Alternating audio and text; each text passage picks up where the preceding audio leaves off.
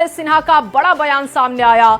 भू माफियाओं को साथ देने वाले लोगों पर कार्रवाई होगी और उन्होंने कहा कि भूमि माफियाओं का साथ देने में विभाग के लोग शामिल हैं। जो भी सफेदपोश लोग शामिल हैं उन पर कार्रवाई होगी, कड़ी कार्रवाई हम करेंगे। अधिकारियों का कार्यालय उनके थैली के अंदर नहीं चलेगा। हर पंचायत में नियत समय पर बैठक होगी। कर्मचारी कार्यालय में मौजूद हैं या नहीं, इस पर निगरानी होगी। उन्होंने साफ कहा कि अगर अधिकारी ये सोच रहे हैं कि उनकी जेब के अंदर कार्यालय चलेगा तो ऐसा नहीं होगा। हर पंचायत में नियत समय पर बैठक होगी।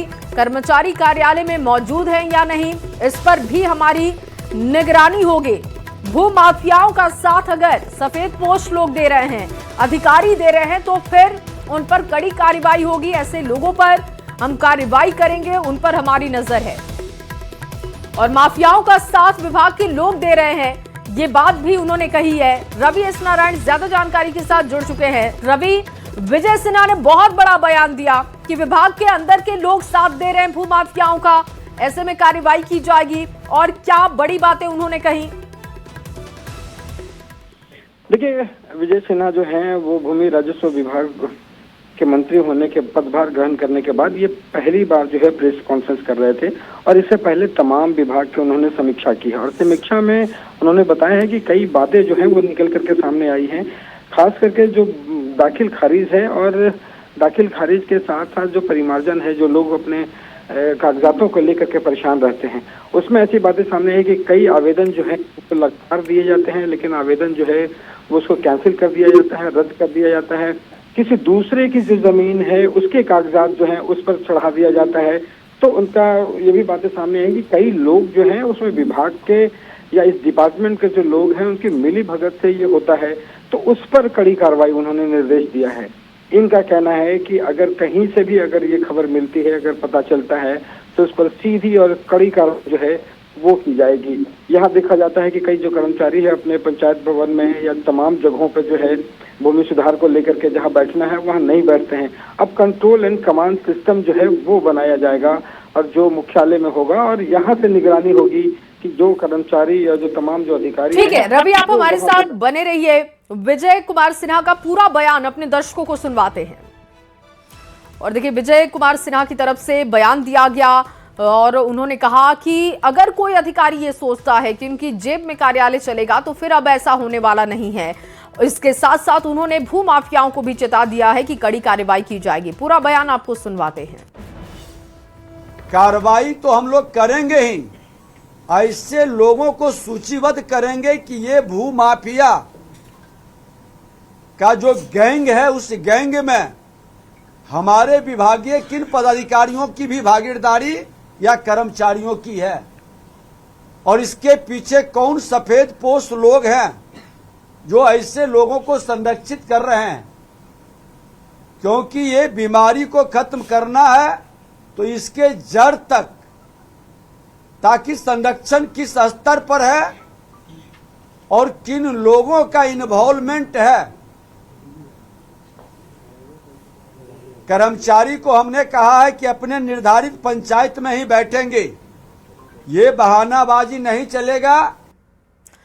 और लगातार रवि हमारे साथ बने हुए हैं। रवि, जैसे कि चर्चा भी कर रहे थे कि बहुत सख्त एक्शन की बात कही गई है मंत्री की तरफ से, और अब ये साफ हो चुका है कि बिहार में अपराधी नहीं रह सकते। बिहार में अवैध तरीके से काम अगर हो रहा है तो फिर आपको सतर्क होना चाहिए, अलर्ट हो जाना चाहिए, एक्शन के लिए तैयार रहना चाहिए।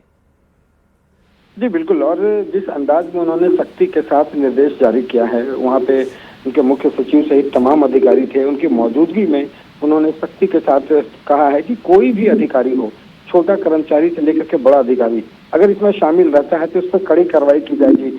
और कार्रवाई के साथ साथ ये तय करना जरूरी है कि जो तमाम काम हैं जिन्हें करना है, अगर दाखिल खारिज करना है तो तय सीमा में कैसे हो, सबके लिए दिन और तारीख जो है वो तय किया जा रहा है कि अगर दाखिल खारिज करना है तो 5 दिन में खत्म होना चाहिए और उस पर निगरानी होगी। अगर वो तय सीमा में काम नहीं होता है तो उसका कारण आपको बताना होगा लिख करके, और कारण जो बताएंगे उसकी भी निगरानी एक उच्च अधिकारी बैठ करके समीक्षा करेंगे।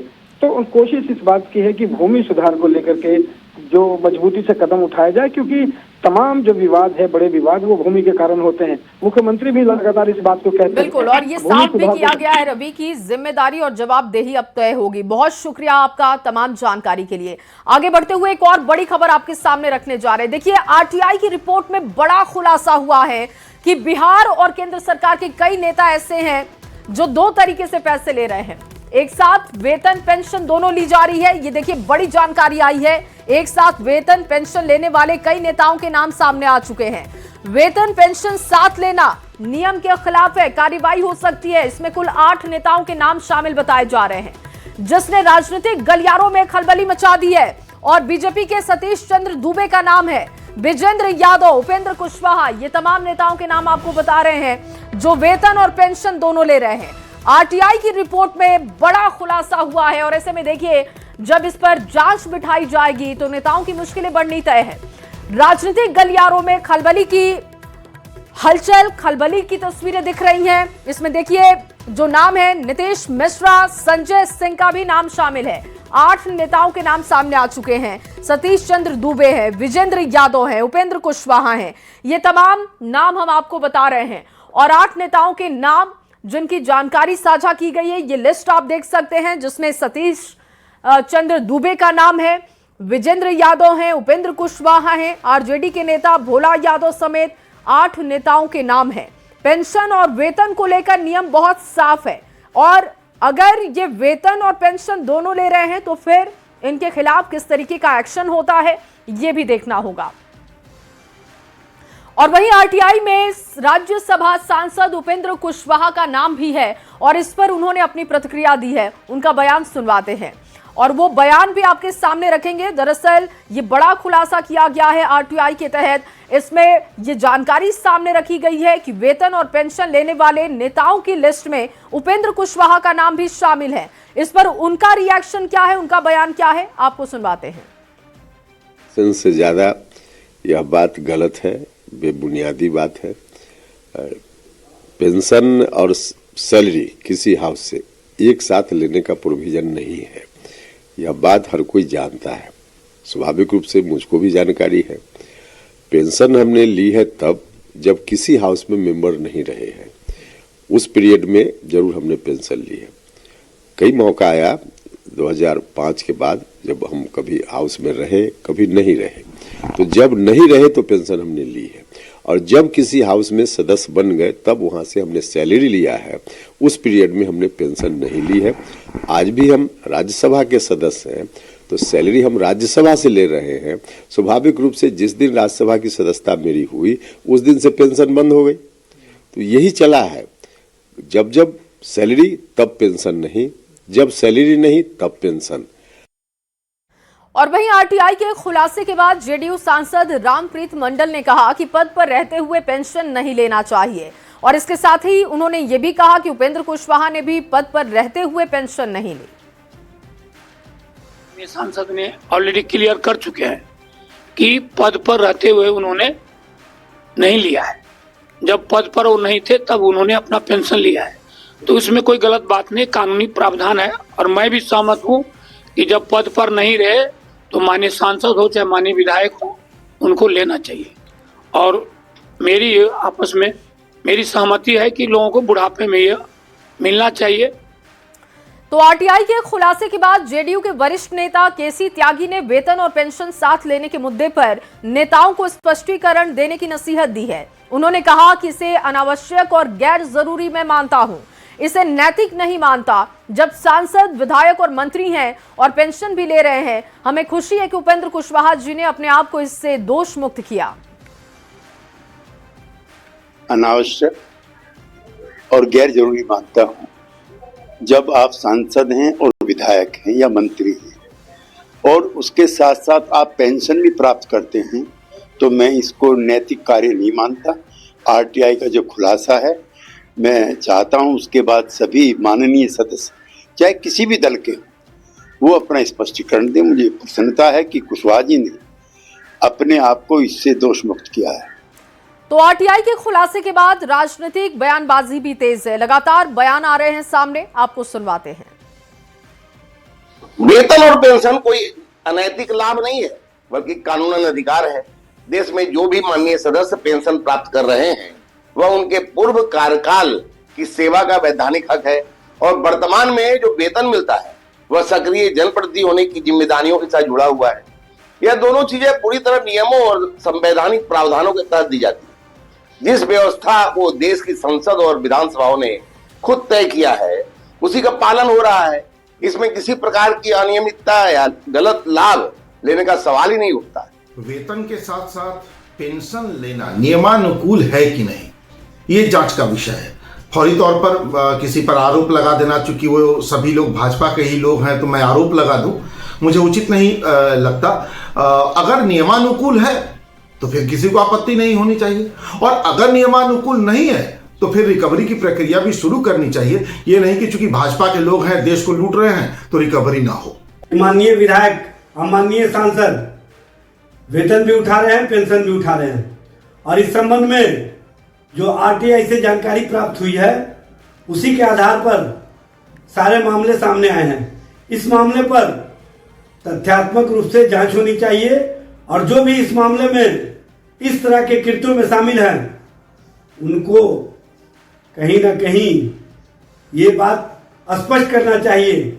आरटीआई एक्टिविस्टों के द्वारा माननीयों को वर्तमान और पूर्व पेंशन और वेतन लेने का मामला चल रहा है, जो कि बिल्कुल भी भ्रामक है। सरकार कभी भी पेंशन और वेतन साथ दे ही नहीं सकती है। तो इस तरीके का न्यूज़ चलाना कहीं न कहीं समाज में सेंसेशन फैलाने का इनका मकसद है। और चलिए आगे बढ़ते हुए आपके सामने बड़ी खबर रखे। कांग्रेस विधायक दल का नेता अब तक तय नहीं हो सका है, और अब तक नाम फाइनल नहीं हो सका है। कांग्रेस विधायक दल का नेता तय नहीं, और अब तक नाम फाइनल नहीं किया गया है कांग्रेस की तरफ से। ये बड़ी जानकारी आपको दे रहे हैं, आला कमान पर इसकी जिम्मेदारी है, लेकिन नाम फाइनल नहीं हुआ। विधानसभा में कांग्रेस के 6 विधायक हैं। इंतजार किया जा रहा था कि नाम फाइनल हो जाएगा, लेकिन अब तक नाम फाइनल नहीं है। शीतकालीन सत्र खत्म, लेकिन कांग्रेस नाम फाइनल नहीं कर पाई। आला कमान पर फैसला लेने की जिम्मेदारी। तो शीतकालीन सत्र खत्म, लेकिन कांग्रेस की तरफ से नाम फाइनल नहीं किया गया है। आला कमान पर फैसला लेने की जिम्मेदारी है। कांग्रेस विधायक दल का नेता तय नहीं हुआ है, अब तक नाम सामने नहीं रखा गया है, कोई चर्चा भी इसको लेकर नहीं है। है कि मात्र 6 विधायक होने के बावजूद भी वह पार्टी अपने विधायक दल का नेता नहीं चुन पा रही है बिहार में। यह कांग्रेस की नेतृत्वहीनता और दिशाविहीनता को दर्शाता है। किस तरह से राहुल गांधी कांग्रेस को समेटकर एक साथ लेकर चलने में पूरी तरह से विफल रहे हैं। यह कांग्रेस की विफलता है। बिहार की जनता ने तो पहले ही इन्हें नकार दिया, अपना फैसला इनको सुना दिया। जो बचे खुचे हैं वह विधायक भीड़ के दल से जल्द ही छोड़कर कहीं और जाने वाले हैं, भागने वाले हैं। कांग्रेस की बड़ी चिंता रहती है आप लोगों को, धन्यवाद इसके लिए, लेकिन कभी कभी भाजपा की भी चिंता किया कीजिए। देश चला रही है वो पार्टी, उसके पास ईडी है, सीबीआई है, देश में हुए तमाम बड़े घोटालों के पैसे हैं, तमाम बड़े घोटालेबाज उसके साथ हैं। बस एक राष्ट्रीय अध्यक्ष नहीं मिल पा रहा है भाजपा को। 2.5 सालों से सर्च ऑपरेशन चल रहा है राष्ट्रीय अध्यक्ष के लिए, तो कभी कभी उनकी चिंता भी कर लीजिए। देखिए, जहां तक कांग्रेस विधायक दल के नेता के चयन का मामला है, ये कांग्रेस पार्टी का आंतरिक मामला है, और इस संबंध में कांग्रेस पार्टी के नेतृत्वकर्ता ही स्पष्ट करेंगे कि आखिर क्यों कांग्रेस विधायक दल के नेता का चयन नहीं हुआ है और किन कारणों से उनके नाम सामने नहीं आ रहे। और चलिए एक और बड़ी खबर आपके सामने रखते हैं। प्रधानमंत्री मोदी 11 दिसंबर यानी कि कल एनडीए के सभी सांसदों के लिए डिनर का आयोजन करेंगे। इसका उद्देश्य सहयोगी दलों के साथ बेहतर तालमेल, समन्वय और संसद सत्र के दौरान साझा रणनीति तैयार करना बताया जा रहा है। इस डिनर में सरकार के विधायी एजेंडे, सेशन की प्राथमिकताओं और पश्चिम बंगाल, तमिलनाडु और असम विधानसभा चुनावों की तैयारियों पर चर्चा होने की उम्मीद जाहिर की जा रही है। प्रधानमंत्री के साथ देखिए तमाम नेता बैठेंगे। एनडीए के तमाम सांसद प्रधानमंत्री के साथ डिनर करेंगे। बिहार चुनाव के बाद इस डिनर का आयोजन किया जा रहा है और माना जा रहा है कि कई अहम मुद्दों पर चर्चा भी होगी। तो एनडीए सांसदों के लिए विशेष रात्रि भोज आयोजन को लेकर जेडीयू सांसद रामप्रीत मंडल ने कहा कि इसके लिए पीएम का आभार व्यक्त करता हूं। उन्होंने कल एनडीए की बैठक में प्रधानमंत्री ने कहा था कि गंगा बिहार से बंगाल की ओर जाती है। प्रधानमंत्री ने साथ ही ये भी कहा कि बिहार का मैं 56 बार दौरा किया हूं, वहां की जनता, युवा, बुजुर्ग सबने जो प्यार दिया, उससे उपलक्ष्य में मैं सारे सांसदों के लिए भोज का आयोजन कर रहा हूं। मंत्री जी ने एनडीए की बैठक बुलाई थी, बाल योगी जो हम लोगों का यह है एनेक्सी में, तो उन्होंने खुशी जाहिर की कि बिहार की जो अपार सफलता मिली है, जो हम लोग को उम्मीद नहीं थी, और उन्होंने कहा कि गंगा बंगाल की ओर जाती है, गंगा बहती है, और अपने खुशी जाहिर करते हुए उन्होंने 25 साल के जो पद पर रहते हुए, जब वो माननीय मुख्यमंत्री थे और भी प्रधानमंत्री है, कभी इस तरह के भोज का आयोजन नहीं किए थे। तो हमारे सारे सांसदों के लिए बहुत खुशी की बात है, एनडीए सांसद हम लोग कल जाएंगे, मिल बैठ करके भोज का लुत्फ उठाएंगे। और देखिए, नई सरकार के गठन के बाद से मुख्यमंत्री नीतीश कुमार लगातार एक्शन मोड में हैं। आज सीएम ने अपने आवास पर अधिकारियों की अहम बैठक बुलाई और इसमें प्रगति यात्रा के दौरान कामों को लेकर दिए गए निर्देशों की सीएम ने समीक्षा की है। मीटिंग में सभी बड़े अधिकारी पहुंचे थे। सीएम नीतीश ने इस दौरान सभी जिलों की अलग अलग समीक्षा की है, किस तरीके के कार्य वहां पर चल रहे हैं, निर्माण कार्यों को लेकर, सुविधाओं को लेकर, जनता को मिल रही योजनाओं के लाभ को लेकर समीक्षा की गई है। अचानक ये बैठक बुलाई गई थी। बैठक की तस्वीरें आपको दिखा रहे हैं। मुख्यमंत्री नीतीश कुमार ने ये अहम बैठक की है। बैठक में सभी बड़े अधिकारी पहुंचे थे। जिलेवार समीक्षा हुई है, अलग अलग जिलों की समीक्षा की गई। अचानक ये बैठक बुलाई गई, जिसमें आप देख रहे हैं गृह मंत्री सम्राट चौधरी भी थे। मुख्यमंत्री नीतीश कुमार ने प्रगति यात्रा के कामों की समीक्षा की। एक अन्य मार्ग में एक महत्वपूर्ण समीक्षा बैठक की, जो बेहद महत्वपूर्ण माना जा रहा है। और इस बैठक में मंत्री विजय चौधरी, डिप्टी सीएम सम्राट चौधरी, डिप्टी सीएम विजय सिन्हा सहित कई विभाग के अधिकारी शामिल थे। और इस बैठक में तमाम जो जिला के डीएम थे वो भी वीडियो कॉन्फ्रेंसिंग के माध्यम से जुड़े। तो जाहिर सी बात है, ये बेहद महत्वपूर्ण था। और इस बैठक में जो अब तक जानकारी मिल रही है कि बैठक तो खत्म हो चुका है।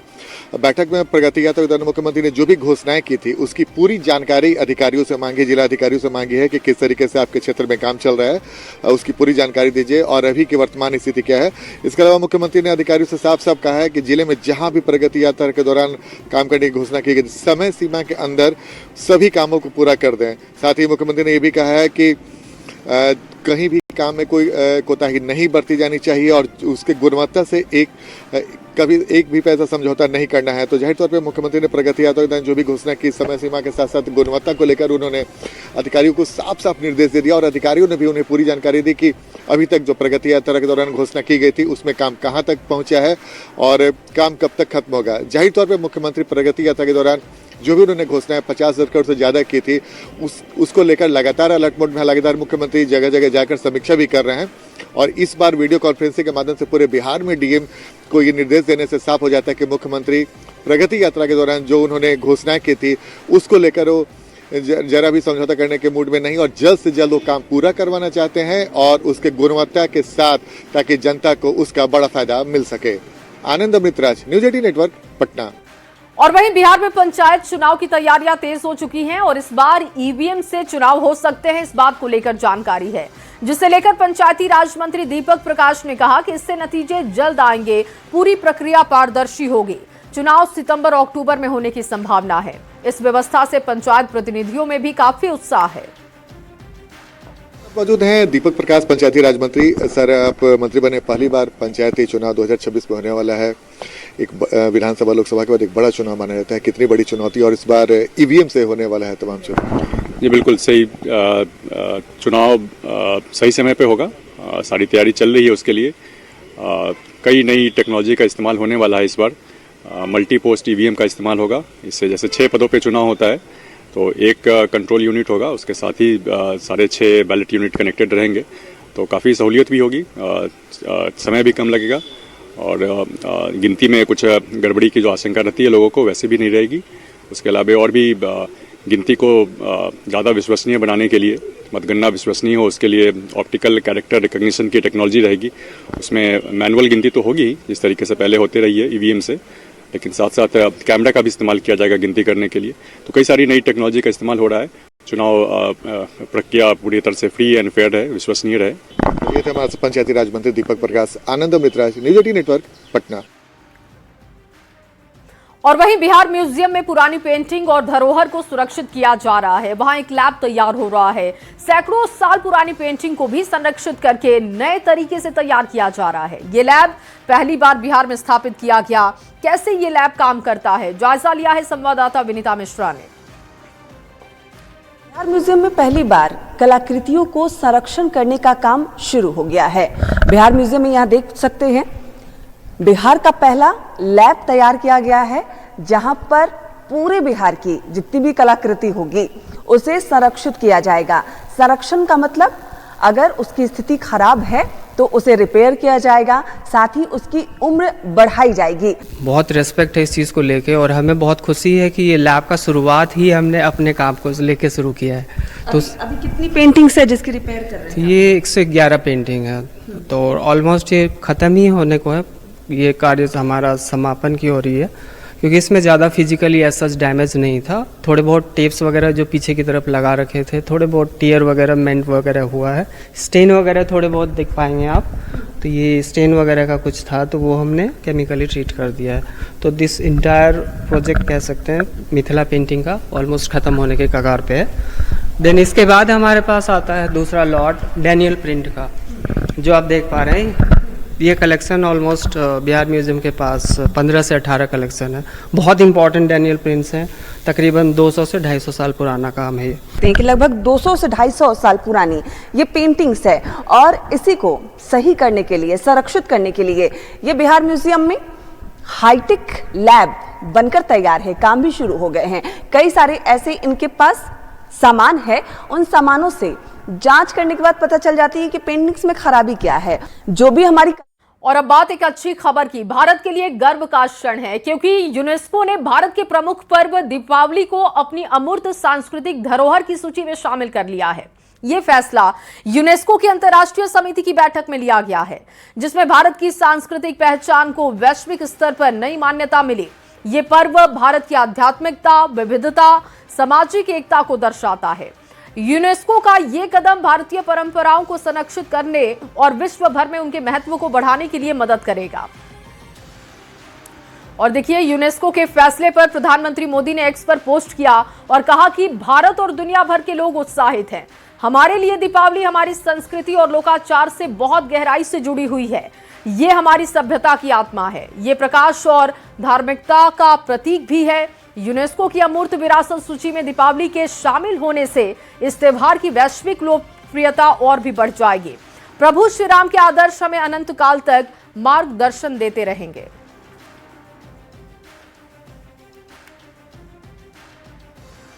और इन्हीं तमाम